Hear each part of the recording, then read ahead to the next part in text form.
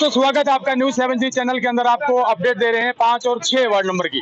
यहाँ पर अपडेट दे रहे हैं। यहाँ पर बिल्कुल आज अभी तक तो हमने जेजेपी का कहीं देखा नहीं था, निशान अब नजर आया है कि जेजेपी पार्टी जननायक जनता पार्टी का यहाँ पर बैनर नजर आया है। तो यहाँ कुछ बंधु हैं, वोटर बंधु हैं, ये हंस भी रहे थे कि यहाँ पर आज बीजेपी का उधर है, जेजेपी का इधर है और ये हमारी कांग्रेस पार्टी।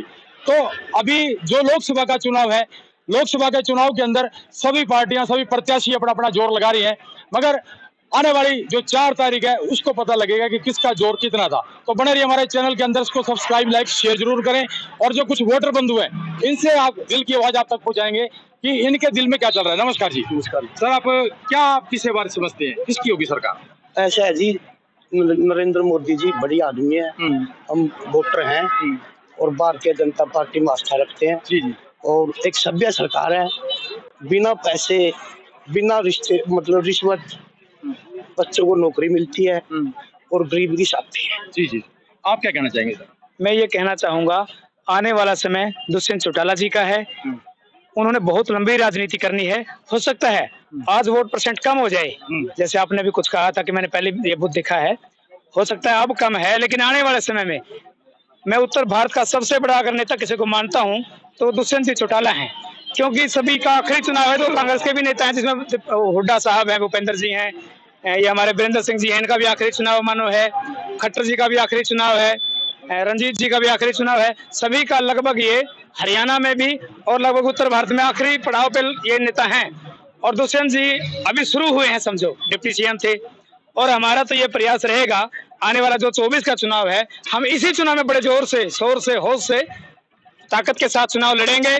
जैसे आपने ये कहा ना, अभी यहाँ देखा, हम पूरे हरियाणा में युवा सोच के साथ, बुद्धि के साथ, हम दुष्यंत जी को डिप्टी सीएम से पूरा सीएम बनाने के लिए तन मन धन से आगे बढ़ाएंगे और एक एक वोट जननायक जनता पार्टी को जिता करके दुष्यंत जी को पूरा सीएम अब की बात 2024 में बनाने का काम करेंगे। क्या नाम अपना सर? मेरा पूर्व पार्षद करमवीर मुन्ना और मैं शहरी निकाय का अध्यक्ष हूँ जननायक जनता पार्टी का। बहुत बढ़िया जी।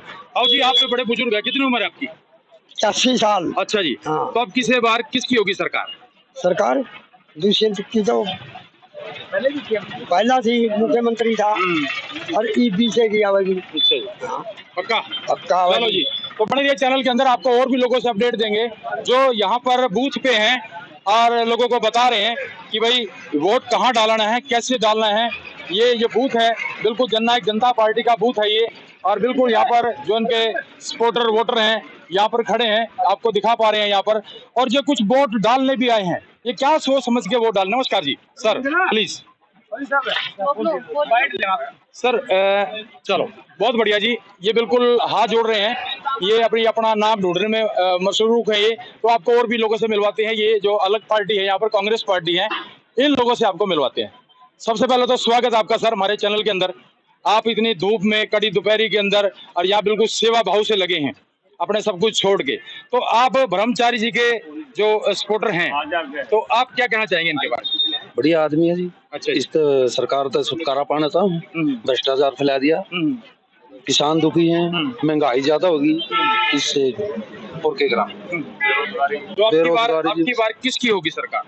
देख लो ना, आपने पता है, हमारे से भी ज्यादा पता आपने, कांग्रेस सरकार होगी, 10 सीट होंगी। तो गठबंधन से कितना असर पड़ेगा? पूरा पड़ेगा। अच्छा जी, आप क्या कहना चाहेंगे? नहीं, ये एक आदमी की और गठबंधन का नहीं है, ये जनता और बीजेपी का वो मुद्दा चला हुआ है आज। भाजपा हटाओ, देश बचाओ, बस हम सिर्फ इससे परेशान हैं और ना हम गठबंधन से, ना हम किसी से कुछ। सर 2-4 कार्य ऐसे हैं जो हमें भारतीय जनता पार्टी के जो अभी अछूते रहे हैं, जिनसे हम बड़ा दुखी हैं, वो क्या है सर? एक तो बेरोजगारी, युवाओं को कुछ नहीं, रोजगार नहीं मिल रहा, मेन बात है ये। एक महंगाई बहुत ज्यादा, ये चीजें हैं। किसान वाला मुद्दा, ये जो अग्निवीर है, ये सबसे मेन मुद्दा है। 4 साल वाला मेन। तो कितने परसेंट वोट हो चुका है सर अभी तक? 50%? हाँ जी, 50 प्लस हो गया जी, हो गया। 50 हो गया। अच्छा, अभी और होने की उम्मीद है? हाँ जी, 65-70 के बीच बिल्कुल। चलो जी, 65-70 के करीब पोलिंग होने की उम्मीद लगा रहे हैं। बिल्कुल यहाँ कांग्रेस के जो सपोर्टर हैं यहाँ पर बैठे हैं, बिल्कुल दबंग लीडर हैं, बिल्कुल दिल से आप बता रहे हैं कि अब की बार किसकी होगी सरकार, इन्होंने बिल्कुल फरमा दिया है। तो बने रहिए हमारे चैनल के अंदर, आपको और वोटर बंधुओं से अंदर की दिल की आत्मा की आवाज आप तक पहुंचाएंगे। तो बने रहिए हमारे चैनल के अंदर चलते हैं सर।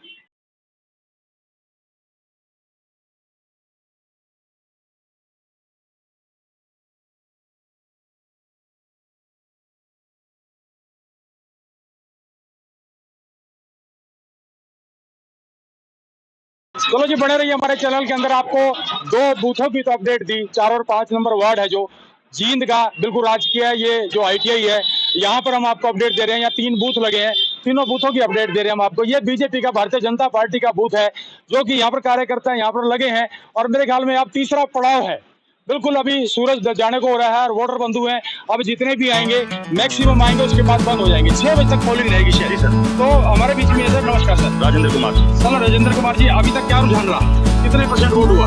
बीजेपी का रुझान रहा नहीं, कितने % वोट हुआ? लगभग यहाँ पर हो गया 50 से 50% के आसपास हो गया।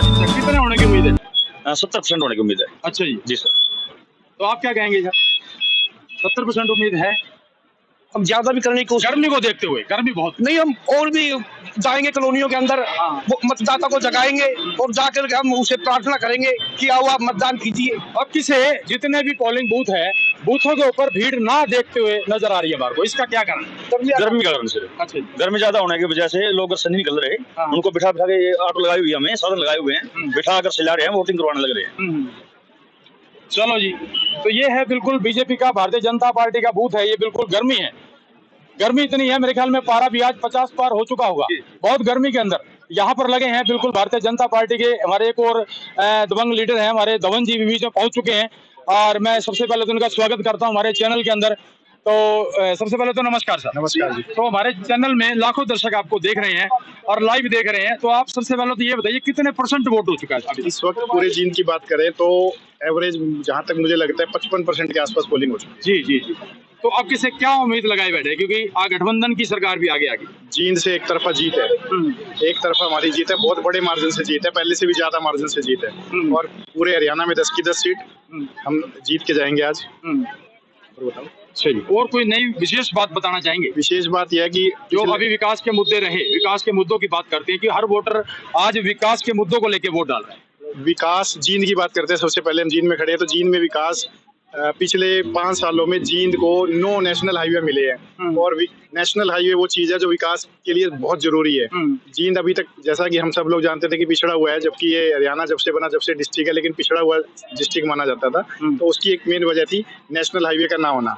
इस वक्त पिछले 5 सालों में 9 नेशनल हाईवे से जुड़ चुका है, और ये जींद को विकास के नए आयाम छुएगा बहुत जल्द। कुछ खामियां रही सरकार के अंदर, कोई खफा भी है क्या? आपकी बार मोदी सरकार 400 पार होने के बाद वो कार्य जो अधूरे रहे हैं वो हो जाएंगे? मोदी की सरकार खामियां देखो रहती हैं, रही भी होंगी, लेकिन मोदी सरकार ऐसी सरकार है जो अपनी खामियों से सबक सीखते हुए आगे बढ़ती है, विकास को आगे ले जाती है और खामियों को दूर करने की कोशिश करती है, और इसको आगे भी करती रहेगी। धवन जी, एक और बात पूछना चाहेंगे, बहुत अच्छे मौके पे हैं आज आप, बिल्कुल कोई राजनीतिक माहौल है, जैसे कि हम करते हैं पानीपत की बात करते हैं, करनाल अम्बाड़ा की, और महेंद्रगढ़ की, और अपने करनाल और कई डिस्ट्रिक्टों की। सभी डिस्ट्रिक्टों में जींद अछूता क्यों रहता है? क्योंकि यहाँ पर सारे के सारे जो भी नेतागण यहीं रहते हैं, ऐसी क्या बात रहती है, जींद अछूता क्यों रहता है? नेताओं से जहाँ तक छूते की बात करें तो मोहनलाल बडोली ने जब भी नॉमिनेशन फॉर्म भरा, उसी दिन ये घोषणा कर दी थी कि वो अपना घर यहाँ पे बनाएंगे, और 15 दिन में एक दिन 100% गारंटेड यहाँ पे रहेंगे। और उन्होंने सेक्टर स्कीम नंबर 19 में अपना घर ले भी लिया है, और वो उसमें रहना शुरू कर देंगे। अभी भी रहना शुरू कर चुके हैं, इलेक्शन के दौरान भी बहुत बार रहे हैं वो।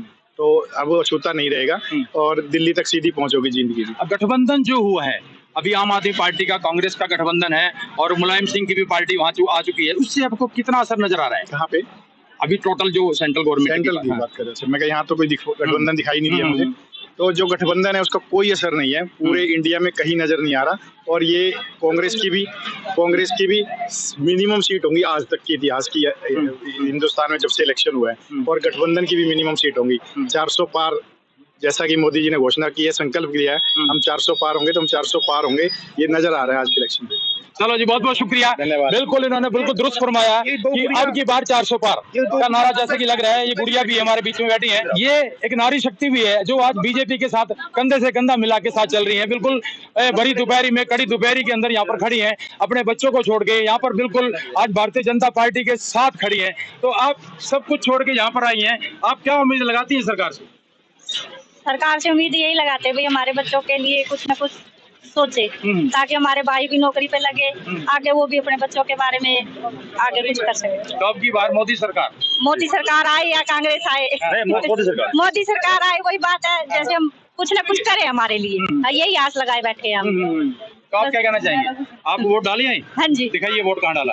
मेरा मतलब ससुराल में डलेगा। अच्छा जी, हाँ ससुराल जी। मोड़। चलो जी, बहुत बढ़िया। ये बिल्कुल नारी शक्ति थी और बिल्कुल इनका यही ये मानना है कि कोई भी सरकार आए, तरक्की हो, हमारे बच्चों को नौकरी मिले। तो बने रहिए हमारे चैनल के अंदर, इसको सब्सक्राइब, लाइक, शेयर जरूर करें। इस वीडियो को दूर दराज तक पहुंचाएं। आपको अपडेट दी हमने बिल्कुल ITI की। यहाँ पर 3 बूथ लगे हैं। Thank you sir. मेरे साथ कैमरामैन संतराम शर्मा और मैं Anil Chauhan. Thank you sir.